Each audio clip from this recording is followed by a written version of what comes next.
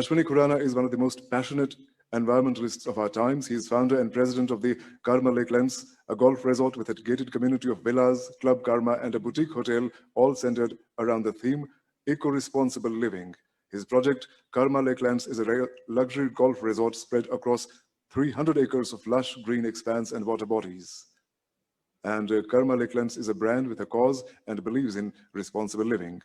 I would now request Mr. Dilip Chenoy to take over. So let me begin with Mr. Khurana.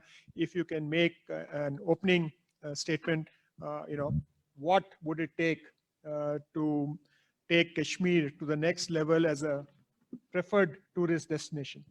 Over to you. When I got the invitation from the government, Rupenderji inviting me to join as a government guest to come and enjoy the hospitality here, share my learnings in responsible tourism here. I was very specially excited because this was the second time in my life that I was going to be a government guest. And this time, outside my windows, there would be no bars. You'd be... I know friends who understood. I've had a little time there. But this is one time my hotel, airlines, everything is looked after by you. Thanks very much for that, sir. We're talking about responsible tourism, and I look at Kashmir as a clean, green, serene, eco-responsible, hospitality-laden paradise.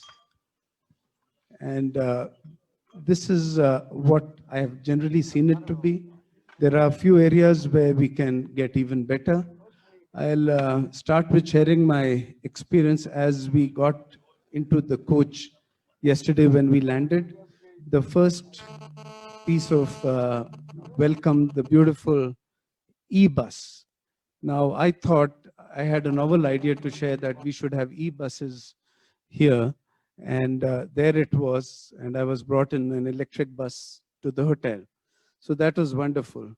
But then something small, when you want to promote a place, as I said, clean, green, serene. Now, the driver was a honker. So this is where a little bit of government policy, a little bit of motivation, that we want a quiet city, we want a serene place.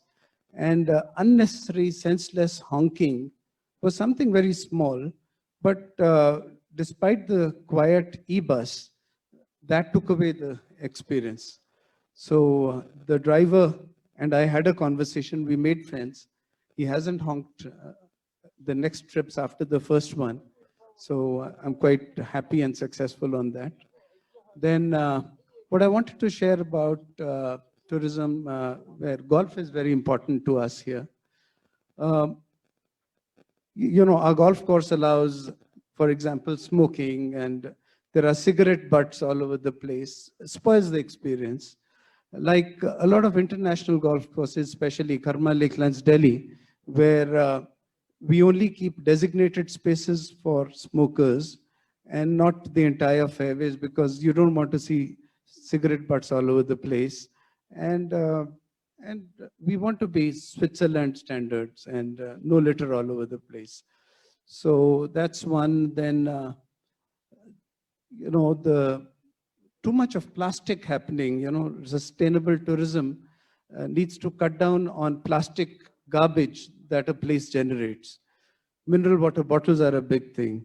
We all now know that any good hotel can have house-treated water in glass bottles, which get recirculated, versus plastic, which is unhealthy when you carry water in that.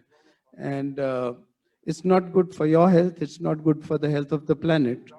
So these are a couple of things that we've experienced with great success and elsewhere, and we want Kashmir to experience.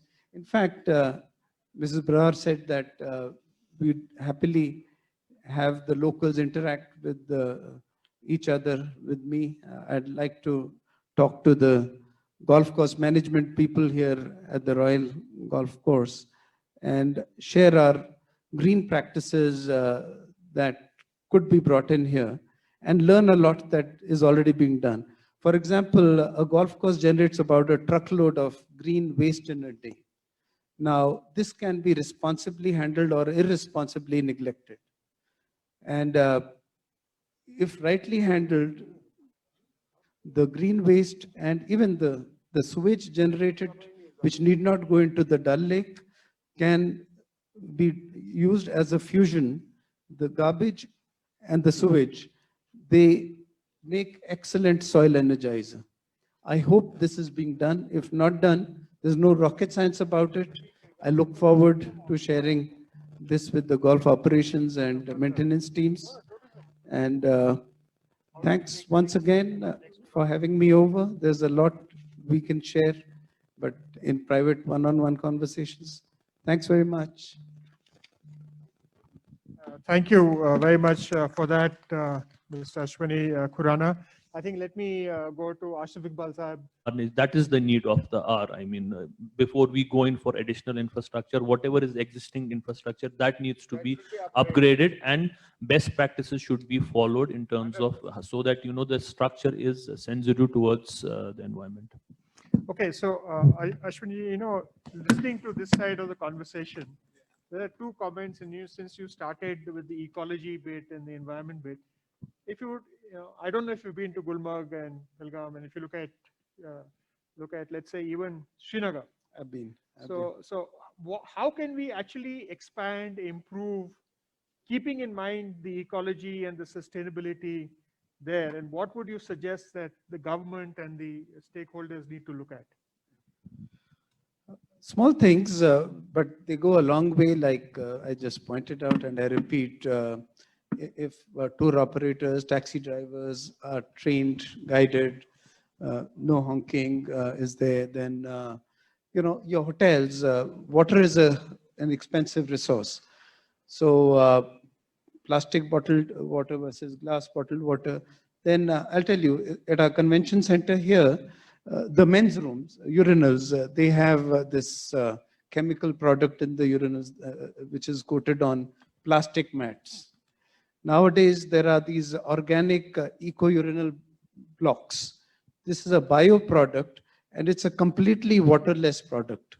You just put this blue odorant-looking thing in the urinal and forget it for the next 4 weeks or so, and zero water wastage, no smell, nothing. Every hotel, every convention center, we need to save water. So this is another sustainable thing. Biocomposting is there. Then the golf course, we can make it far more attractive by wishing away the puritanism about it. You know, most golf courses insist you got to have a collared shirt tucked in, certain footwear. A non-golfer is not allowed to walk the golf course with the golfer. Right now, please understand, the golf course is a beautiful piece of landscape. If a golfer who came to Kashmir for a holiday is allowed to have his wife or child walk the course with him or be on the golf cart with him, the wife will not feel like a golf widow. She would not hate the game of golf. She'll walk along, enjoy. Your tourism is directly related to the quality of experience a visitor here goes away with. So think about these out-of-box things. And why Puritanism? Times have changed. No collar shirt doesn't make any difference, for example.